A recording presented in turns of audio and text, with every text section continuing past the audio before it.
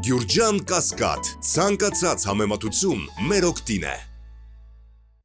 Պարոն Խաչատրյան, ձեր տեսակետն եմ ուզում հարցնել, արդյոք Ալիևը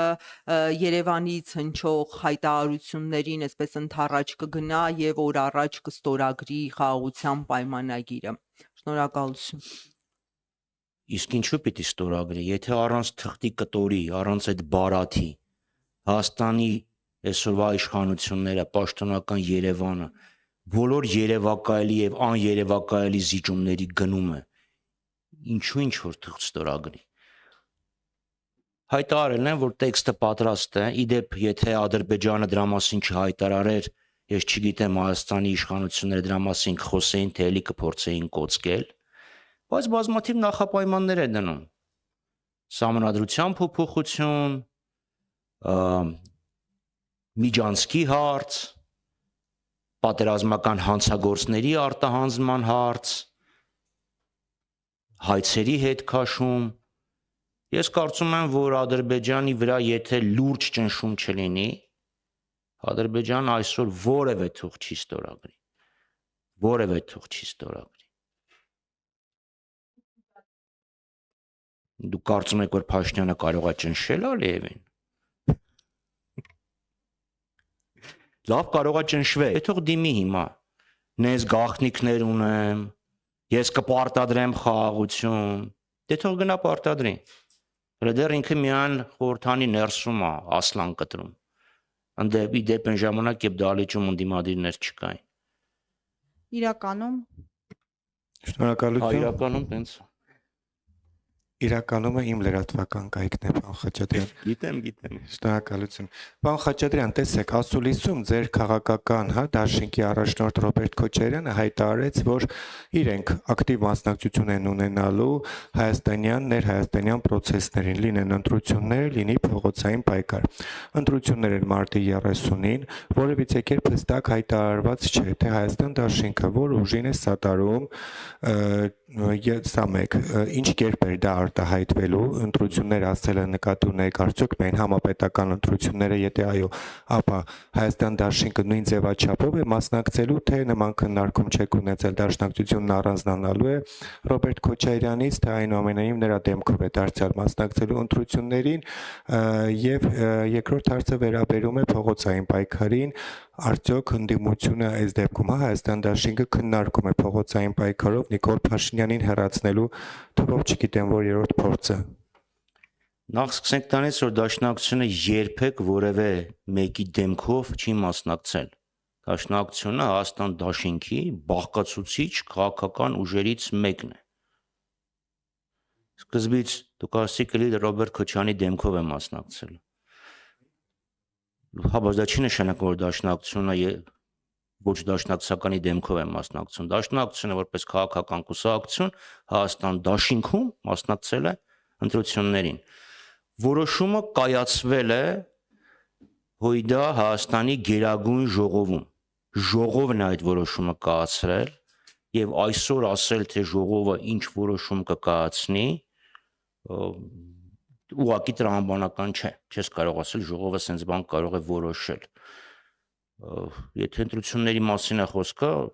եթե պետք է քննարկվի այդ հարցը, պետք է ընտրություններ լինեն, այսինքն ընտրություններից առաջ, ինչպես նախին անգամ պետք է լինի արտահերթ Գերագույն ժողով,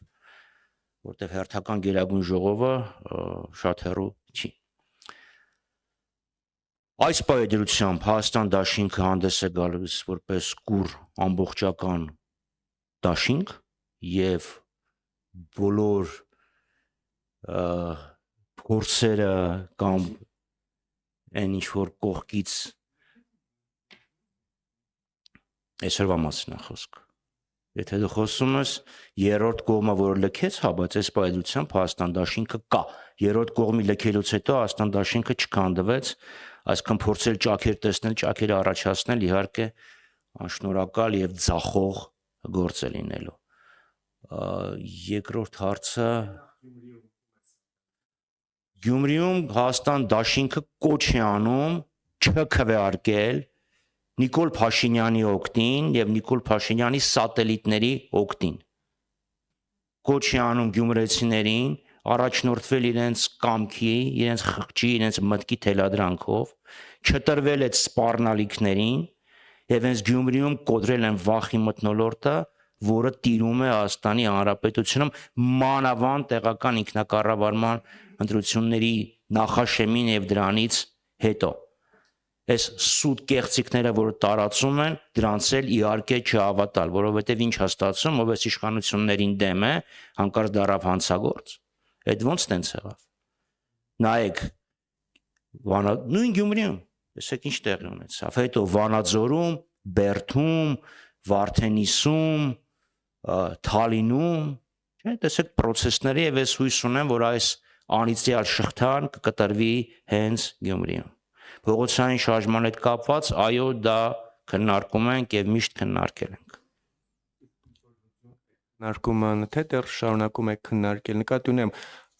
իրատեսական եւ արդյունավետ համարվում է փողոցային պայքարը, թե այնուամենայնիվ գտնում եք, որ Նիկոլ Փաշինյանին հեռացնելու լավագույն լուծումը ընտրություններն են։ Նկատի ունեմ փողոցային պայքար, որտեղ օրերն էլ տաքացել են։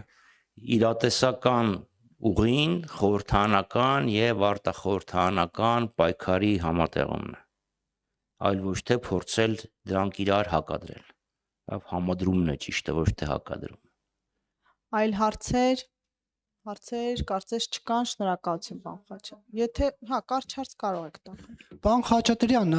որ ասում եք ժողովը որոշեց եւ այլն գնացինք, հա, միացանք, բայց այդ ինչ խառը այսպես ճաշակ ունի դաշնակցությունը։ Մեկ տեսնում ենք հանրապետականի հետ կոալիցիա եք անում, մեկ տեսնում ենք հեղափոխական Նիկոլ Փաշինյանի կառավարությունում եք, հետո Ռոբերտ Քոչարյանի հետ դաշինք եք կազմում։ Այս ինչ բազմազան է դաշնակցության քաղաքական այս նախընտրությունները։ Դաշնակցությունը որոշումներ կայացնում է ելնելով սկզբունքային մոտեցումներից եւ ելնելով տվյալ պահին ստեղծված իրավիճակից։ Եթե դու մշտապես մի քաղաքական ուժի հետ լինեիր, չէ՞, հիմա ձեր հարցի ակնարկը է դա, մեկին որոշեք, այդտեղ եք, այդ դեպքում տարբեր կառույց լինելու իմաստը Բայց ինչու նաեւ ոչ մեկին չորոշել եւ միայնակ լինել հզոր ուժ։ Հա, բայց մենք դաշինքով գնացել ենք առաջի անգամ։ Ընտրություններից հետո յետընտրական զարգացումների արդյունքում ես դու կամ կոալիցիա կազմում կամ չես կազմում։ Այնպես որ դաշինքով ընտրությունների ես ելնեմ ասում 21 թվին են գնացել։ Հետընտրական զարգացումները ելնելով ստեղծված իրավիճակից, արդյունքներից կարող ես կամ կազմել կամ չէ։ Օրինակ, առաջի կոալիցիոն կառավարությունը 99 թվին են կազմվել, չէ՞, որտեղ դաշնակցությունը մասնակցել է։ Հիմա վիճարկում եք 99 թվի խորհրդանական ընտրությունների արդյունքները։ Չէ, իմ հարցն այն մասին է, որ խորը տարաձայնություններ ունեցող Քոչարյանի եւ Սերժ Սարգսյանի, Փաշինյան, Քոչարյան, Փաշինյան, Սերժ Սարգսյանից ոնց էլի դաշնակցությունը լեզու գտնում բոլորի հետ տենց։